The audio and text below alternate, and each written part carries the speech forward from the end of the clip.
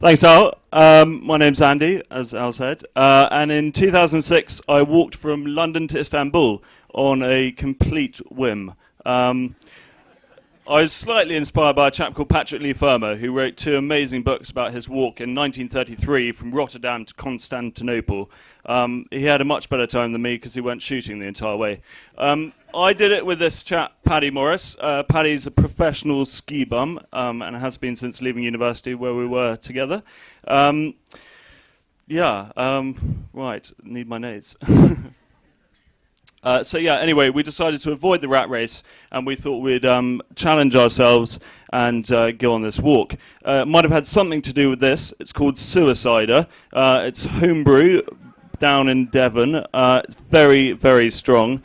And we got drunk and thought it would be a good idea to walk from London to Istanbul, which it turned out was a very good idea.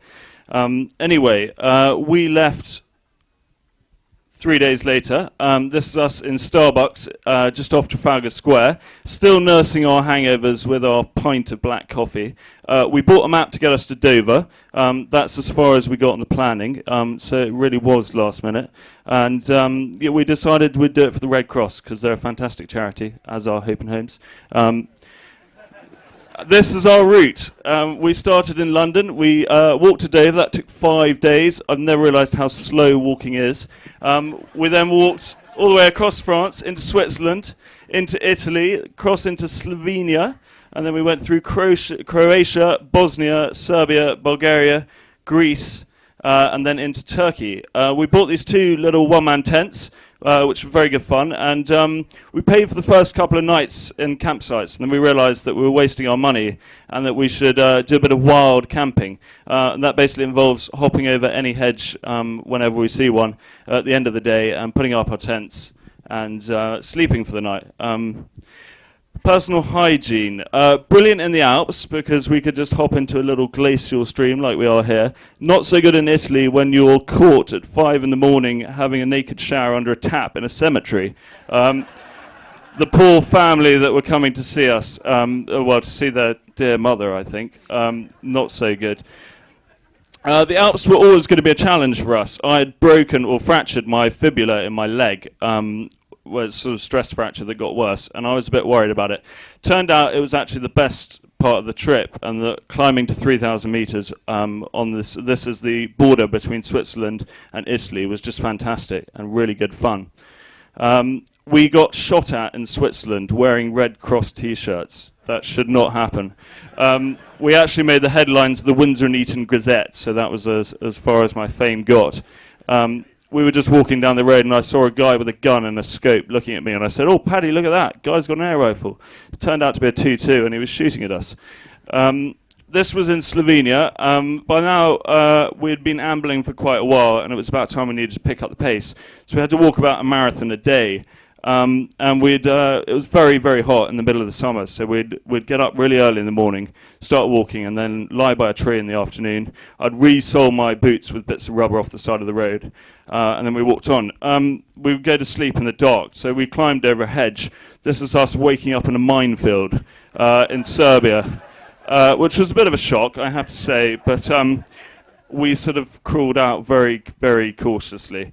There are still over 1,000 square kilometers, I think, in Croatia or Serbia of minefields. The Foreign Office warned us about the Balkans. They said the areas you're walking through were heavily bombed by NATO during the war, and the locals might not like you.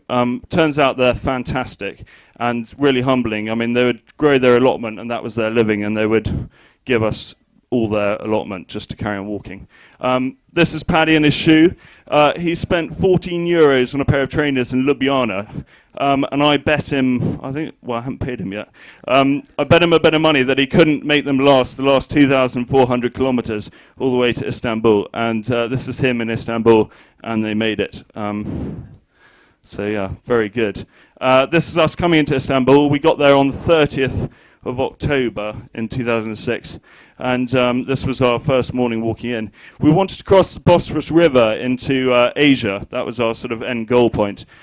We had to get permission off the authorities because in the 1970s, so many people had committed suicide off the bridge that we needed a police escort. So this is us with our police escort. We had 2 guys on motorbikes, 3 detectives, and an unmarked police car. I don't know if they thought we were going to jump or something, but 5 months walking, I wasn't going to do that. But it was a fantastic achievement to get there, and all my family and friends, many of which are here today, were out there. So that was really good fun. I then had to jump on a plane to New York because I'd signed myself up to the marathon stupidly. And that was the rush to get to Istanbul on time. I refractured my leg. It was horrible. And had to hobble around most of it, but I made it in 6 hours, I think. The Americans are very nice, but don't write your name on your shirt if you're going slowly, because they cheer you on. I'm now working with this guy, Ben Saunders. Photo taken 2008 up in the Arctic by Martin, the legend photographer you heard earlier. He was trying a North Pole speed record from Ward Hunt Island that we'll see in a moment to the geographic North Pole. Unfortunately, it didn't go too well. But that's us landing on the ice at Ward Hunt. Ben's on the right having a piss. That was his last piss before he set off. But it was very good fun. Minus 49, it's very cold. If you don't like it, don't go there. But no, it's an incredible place. I'm also doing a few adventures with Al.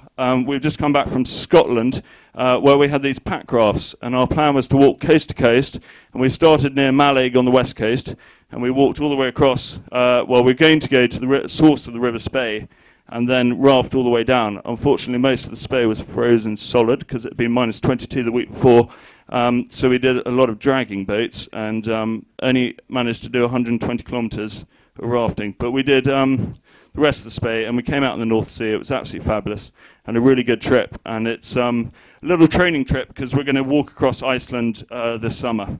And so this was our little winter training trip. And that's about it. So thank you very much.